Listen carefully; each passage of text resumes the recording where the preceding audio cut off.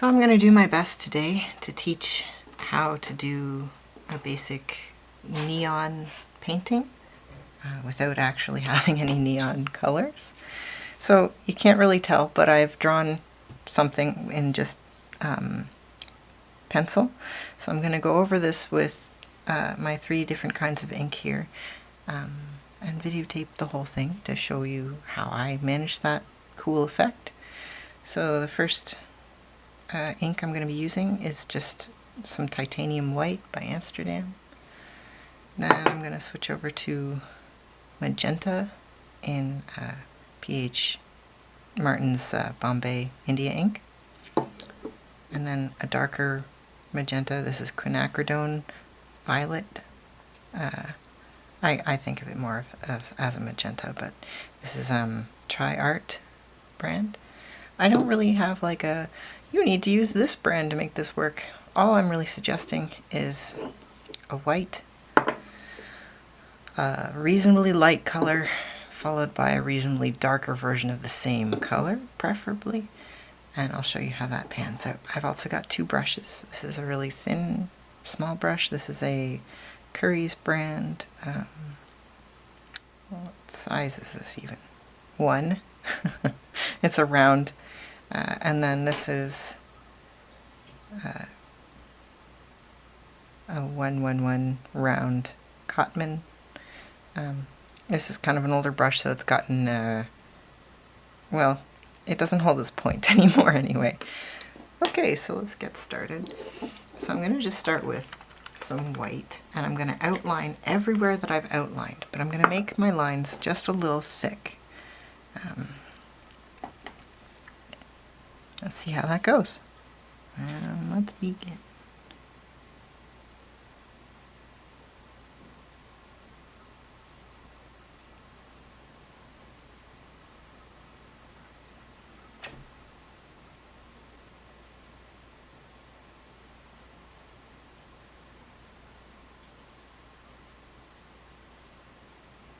Probably worth noting that the paper I'm using is gray toned paper.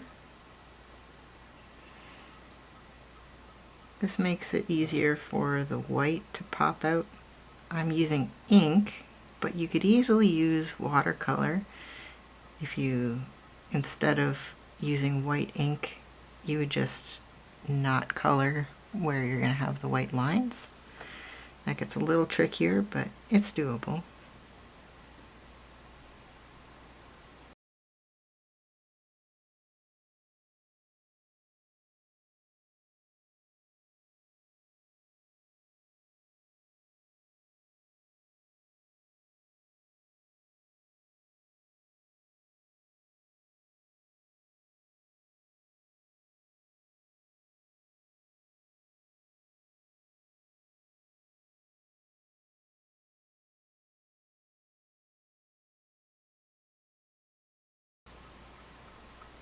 So I'm going over a couple of these lines more than once because my ink is not super, like it tends to bleed through, the paper tends to bleed through.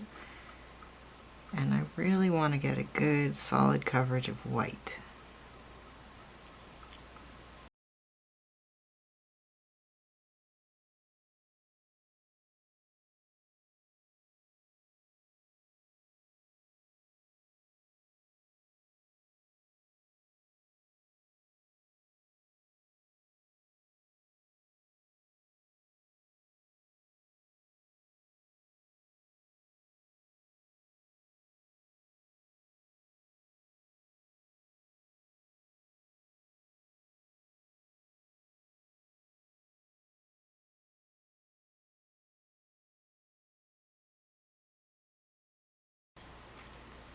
By now you can kind of see what I'm drawing. It's the red bull from The Last Unicorn.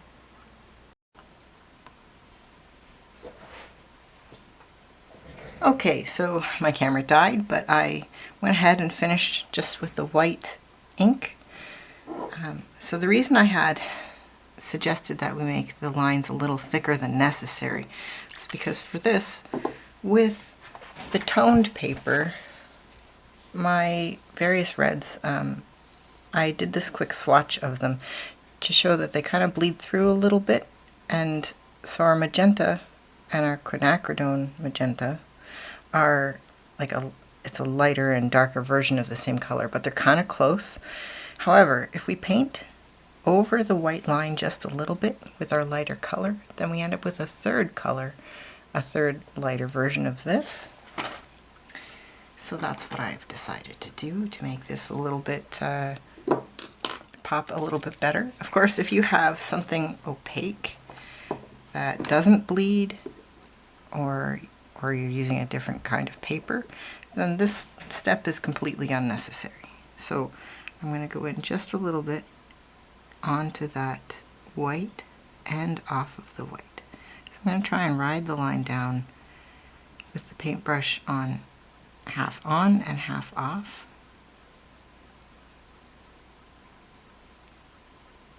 And hopefully you can tell that there's now a couple of different colors going on. So what we're going to do is just use this to outline again along your outlines that you did in white.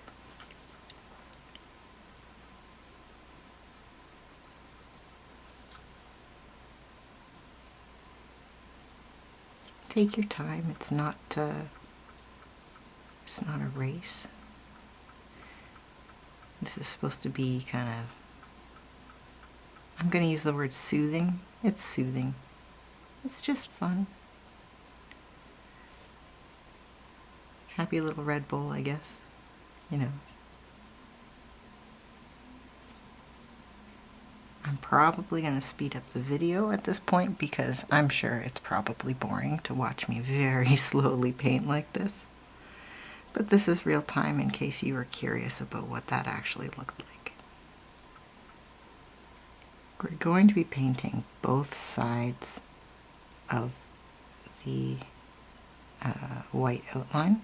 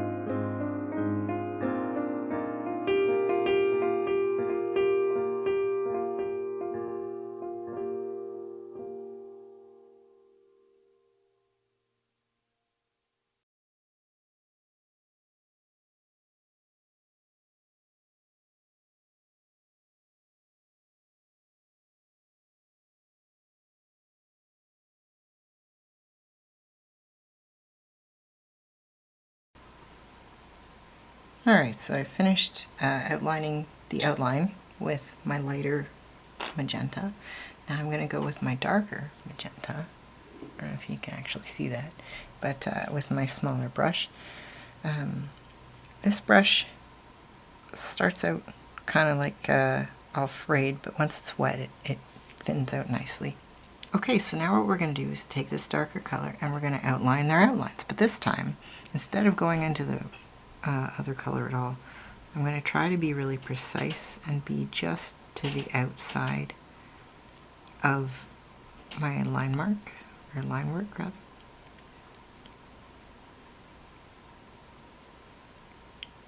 It's a little tricky when you have hands that shake like mine. Bit of a frustrating thing for me to deal with, but hey, whatever, we're here and we're doing it and it's good.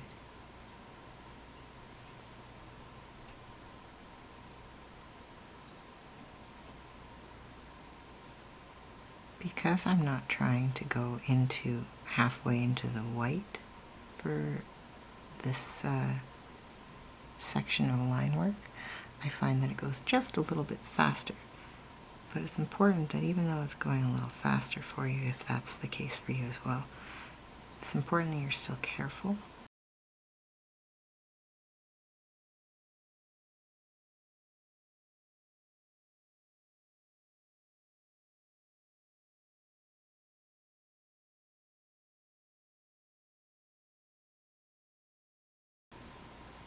So in spots where I've filled it in entirely, like right here, I'm going to just put a dab of ink. I don't know if that's necessary, but I like the way it turns out when I do that. Remember, it's your happy little bowl and there's no mistakes in art. Because it's art. You do whatever you want and it feels great.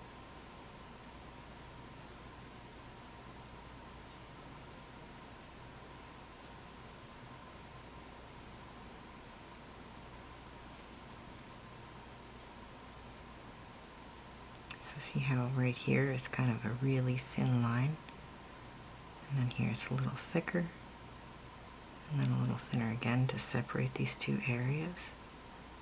It's really up to you whether or not you decide to separate such areas in your work as you go.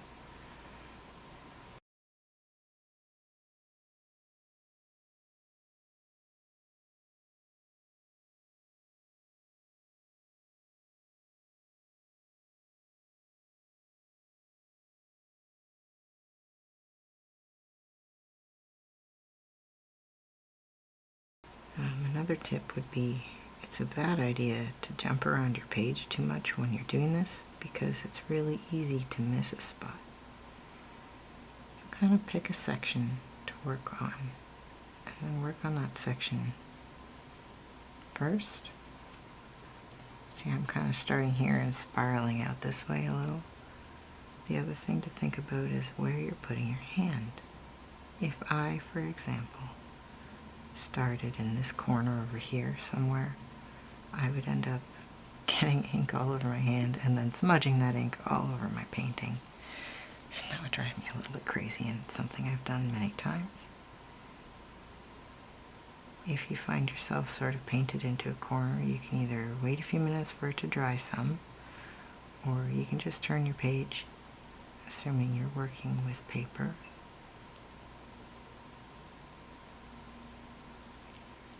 I love turning my page, as you may have noticed. I do that a lot as I draw. It's not always possible depending on your medium. Like if this was a big piece of wood, that'd be a lot harder. So it's best not to get totally dependent on turning your work.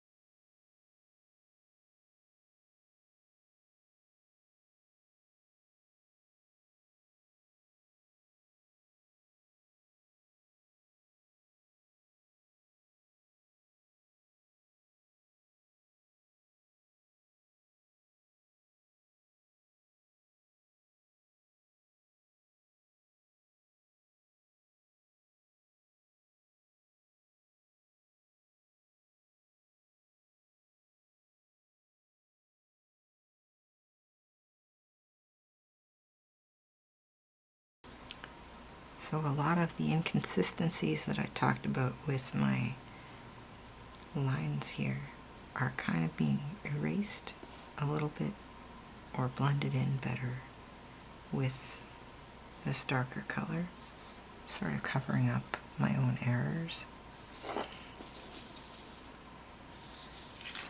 Now, this area here, I basically have to put my hand on the paper to get to this area.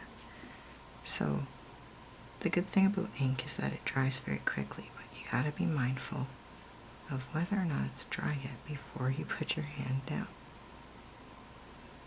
And that kind of goes without saying, but something that as I was first learning about ink or watercolor or really any drawing, that's a big part of the learning curve, is figuring out when and how and where you can put your hand. And the most comfortable position to make your hand not fatigue midline.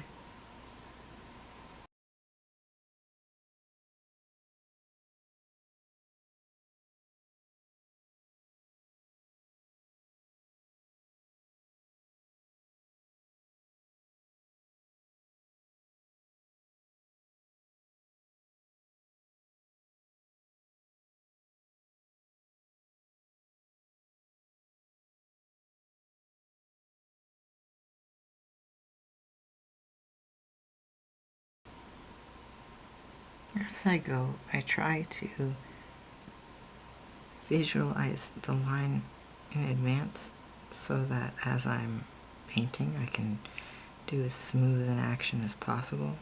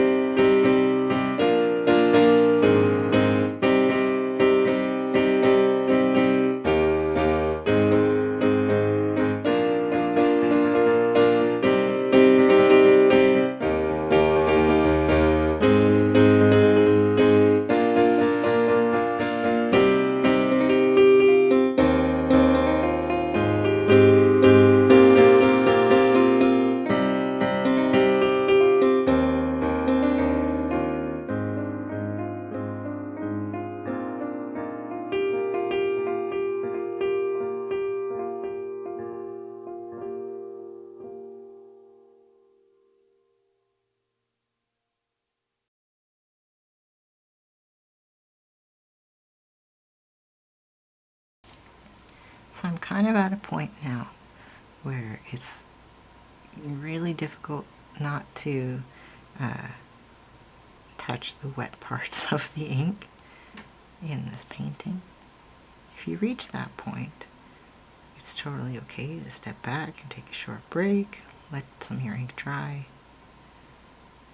Ink dries very, very quickly, generally speaking, so even as thick as I'm putting it on, I know that if I need to, I can step back and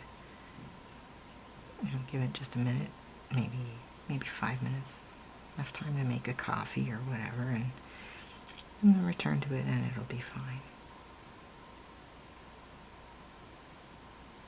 Of course, I'm in the zone, so I'm not really super open to leaving it at this point, which is, I don't know, a personality flaw of mine, I guess. I'm excited and I'd like to get it done. I don't know.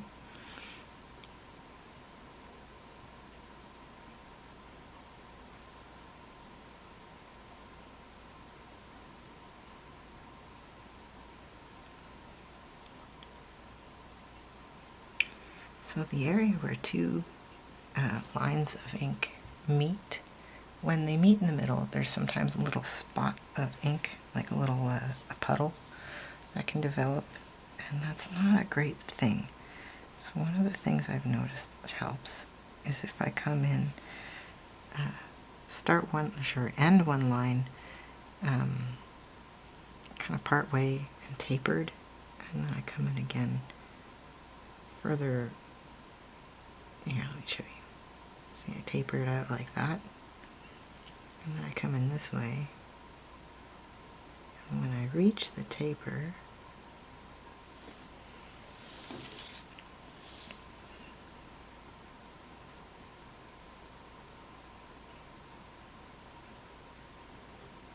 I just go right over it and taper that out, and then the two tapers kind of meet like this, and it becomes easier to hide that there was a taper, I guess you could say.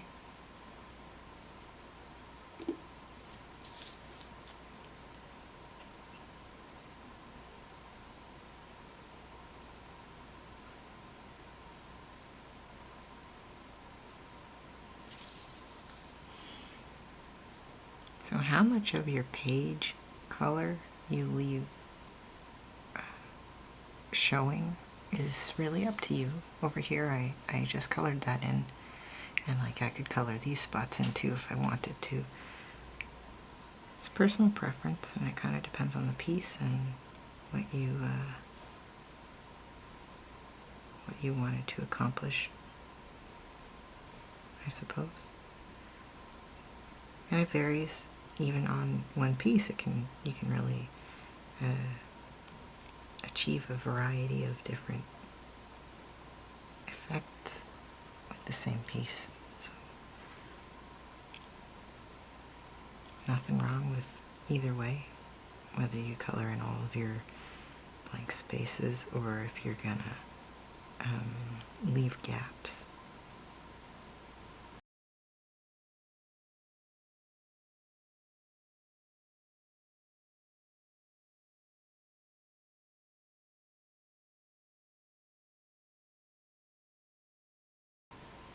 So we're just about done. And it's looking pretty neon now. It looks pretty cool, in my opinion. I was really tickled by this technique. I've seen it a few times on Instagram Reels. There are some artists that I follow that do this sort of thing a lot, and I really like it. I'm trying to wrap my head around it. It's a new technique for me. It's important that as an artist you push yourself to learn new techniques from time to time so you don't stagnate.